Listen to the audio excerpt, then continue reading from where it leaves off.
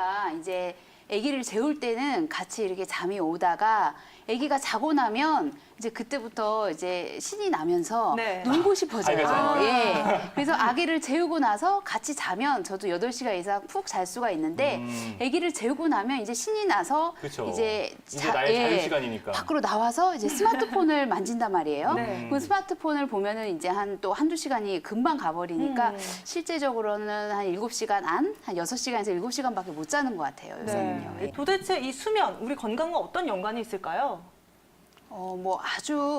수면이 영향을 안 끼치는 곳이 없다고 할 만큼 깊은 영향이 있는데요. 우선 잠을 못 자면 아픈 곳이 더 많이 아픕니다. 그래서 갑자기 이제 전화가 와요, 아침에. 원장님, 어제 너무 아파서 혀가 더 많이 아파서 혼났어요. 이렇게 말씀하실 때 이제 얘기를 들어보면 그 전날 한 2, 3일 동안 잠을 못 주무신 경우가 굉장히 많거든요. 그래서 오늘 내가 더 많이 아프다, 더 많이 힘들다, 아니면 혈당이 괜히 올라간다, 혈압이 괜히 올라간다, 이렇게 이유 없이 이 증상이 확 악화됐을 때 그 이유를 찾아보면 수면 부족이 아주 대부분인 경우가 많습니다. 수면 유도제를 복용하는 부분, 이 부분은 또 어떻게 생각하시나요?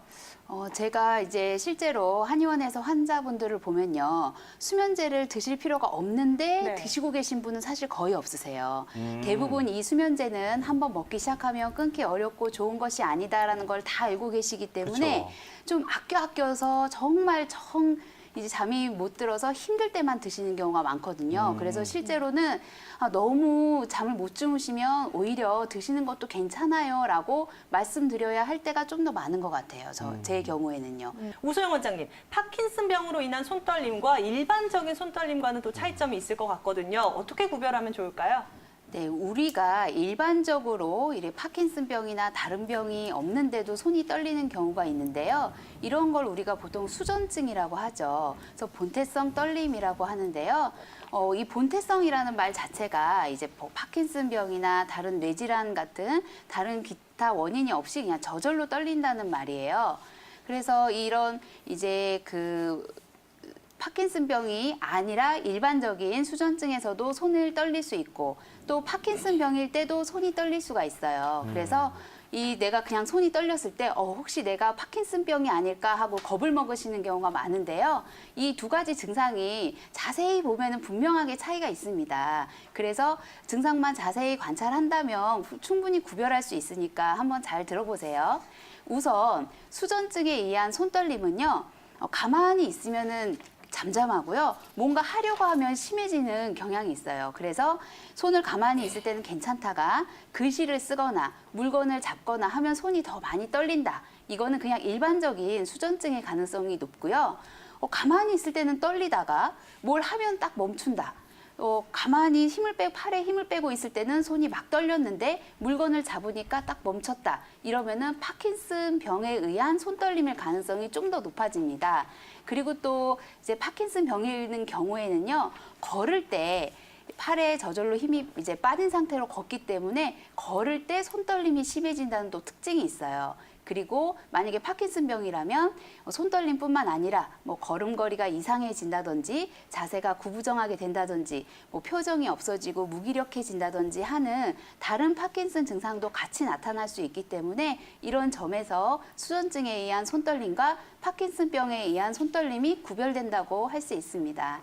네, 이렇게 증상의 차이를 봐가지고 수전증과 파킨슨병을 나눌 수 있다고 하니까요. 이 점도 꼭 기억하시면 좋을 것 같은데요. 또 파킨슨병 하면은 파킨슨 증후군이라는 얘기도 들어본 것 맞아요. 같아요. 네. 그래서 이게 같은 의미인지 다른 의미인지도 궁금한데 어떻게 다 같은 의미인가요? 아니요. 파킨슨병과 파킨슨 증후군은 다른 병입니다. 이걸 잘 구별하셔야 되는데요. 보통 이제 어르신들이 움직임이나 걸음걸이, 행동이 느려진다든지 관절이 뻣뻣해진다든지 가만히 있어도 손발이 떨린다든지 하는 증상이 나타나면 병원에 가시잖아요.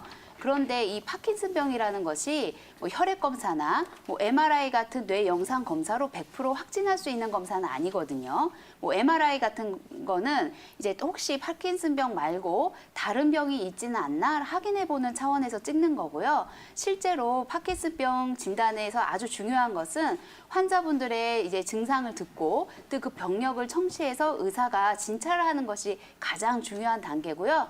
이 파킨슨병으로 의심이 되면 우선 파킨슨 약을 줍니다. 그래서 그 약을 먹고 호전이 많이 되면 파킨슨 병이구나 하고 확진을 할 수가 있는 건데요. 이 파킨슨 병하고는 별개로 파킨슨 증후군이라는 병이 또 따로 있습니다. 이 파킨슨 증후군은요, 파킨슨 병, 그 파킨슨 증상 이외에도 다른 심각한 증상이 같이 나타나고 뇌에 이제 기질적인 병인이 있어서 생기는 퇴행성 질환인데요. 보통 우리가 병이 있고 증후군이 있을 때 병은 왠지 좀 심각한 것처럼 들리고 증후군은 좀 가볍게 들리실 수도 있잖아요. 그쵸. 그런데 파킨슨의 경우에는 그게 반대예요. 정반대로 파킨슨 병이라면 약도 잘 듣고 또 나빠진다 하더라도 나빠진 속도가 더디기 때문에 일상생활에 좀 별로 지장 없이 또 예후가 좋은 반면에 파킨슨 증후군은 약도 잘 안 듣거든요. 약도 잘 안 듣고 또 환자분마다 예후가 개개인 차가 커서 빠른 시간 내에 또 확 악화되시는 분도 있기 때문에 파킨슨 증후군이라면 파킨슨 병보다는 조금 더 치료가 어렵고 더욱더 세심한 관리가 필요하다고 할 수 있습니다.